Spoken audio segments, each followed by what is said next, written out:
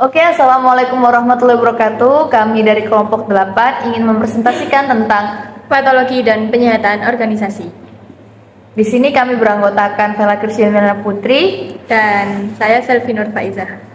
Patologi menurut kedokteran yang diambil dari bahasa etimologi ialah ilmu tentang penyakit. Sedangkan menurut Risman K. Umar mendefinisikan bahwa patologi organisasi adalah penyakit atau bentuk perilaku organisasi yang menyimpang dari nilai-nilai etis, aturan-aturan, dan ketentuan perundang-undangan serta norma-norma yang berlaku dalam organisasi. Dalam organisasi, terdapat beberapa penyakit dalam organisasi yang apabila penyakit ini berkembang dan meluas, akan menjadi penghambat organisasi. Awalnya, penyakit-penyakit ini ditunjukkan lewat gejala-gejala yang bisa langsung terdeteksi maupun tidak. Namun, apabila penyakit ini sudah mengidap di dalam organisasi, maka akan mengakibatkan kelumpuhan pada organisasi, bahkan kematian. Penyakit-penyakit ini harus dihindarkan sehingga bisa meminimalisir biaya dan kerugian yang mesti ditanggung apabila penyakit-penyakit ini sudah menular. Untuk itu, organisasi yang sehat tentunya memiliki sistem yang berguna sebagai pedoman ketika menjalankan program dan kegiatan, dan ketika menyelesaikan konflik, sehingga sistem atau peraturan itu dibuat tidak saja sekedar untuk mengikat para anggota untuk patuh, namun juga menawarkan solusi atau penyelesaian apabila terjadi permasalahan dalam organisasi tersebut. organisasi. 1. Penyakit nepotisme. Penyakit nepotisme pada mulanya lebih banyak terjadi dalam organisasi. Dikarenakan tidak tercapainya suatu kepuasan yang diharapkan semula dan tidak terpenuhinya kebutuhan karyawan dalam organisasi tersebut. Penyakit korupsi. Korupsi adalah suatu perbuatan atau tindakan seseorang atau beberapa orang baik statusnya sebagai bawahan maupun atasan dalam pejabat atau suatu organisasi tersebut melakukan pelanggaran etika, moralitas, rasionalitas, keyakinan dan peraturan perundang-undangan yang berlaku dengan mendapatkan sesuatu keuntungan dalam rangka memenuhi keinginannya atau ingin memenuhi kebutuhannya sendiri. Nomor 3. Penyakit stres. Penyakit stres merupakan suatu respon adaptif terhadap suatu situasi yang dirasakan menantang atau mengancam kesehatan seseorang. Stres juga merupakan penderitaan jasmani, mental, atau emosional yang diakibatkan dari interpretasi atau suatu peristiwa sebagai suatu ancaman bagi agenda seorang individu tersebut.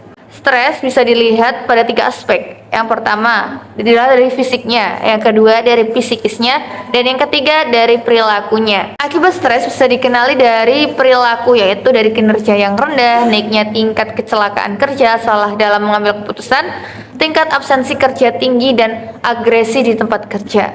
Nomor 4, penyakit egoisme. Penyakit atau patologi egois terhadap pelaksanaan kegiatan di organisasi adalah sifat-sifat manusia yang terkait dalam bentuk kerjasama yang selalu ingin menang sendiri ketika mendiskusikan sesuatu pemikiran, baik secara ilmiah maupun pemikiran terhadap suatu penyelesaian masalah atau suatu kegiatan.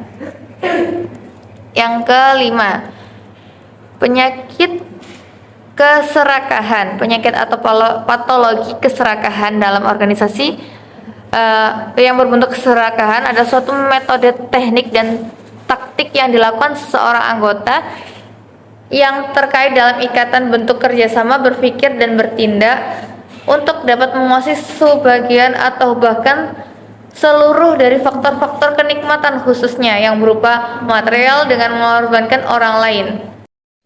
Penyihatan patologi organisasi. Dalam buku Dr. Sopiah mengatakan, penyihatan organisasi dapat dilakukan dengan cara 1. Melakukan seleksi karyawan organisasi yang objektif. Yang kedua, penempatan karyawan dalam pekerjaan sesuai dengan kemampuan dan bidangnya. Yang ketiga, perolehan dan peningkatan kemahiran melalui pengalaman, dan juga pengukuran prestasi dan pemberian imbalan yang sesuai.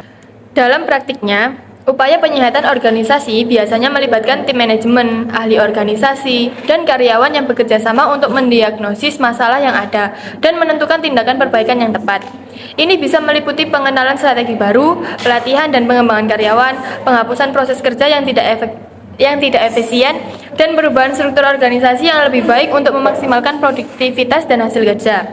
Dalam banyak kasus, penyihatan organisasi melakukan komitmen jangka panjang dan konsisten dari semua anggota organisasi untuk mengubah perilaku dan budaya yang kurang efektif dan mengadopsi praktik terbaik yang dapat meningkatkan kesehatan dan kinerja organisasi secara keseluruhan.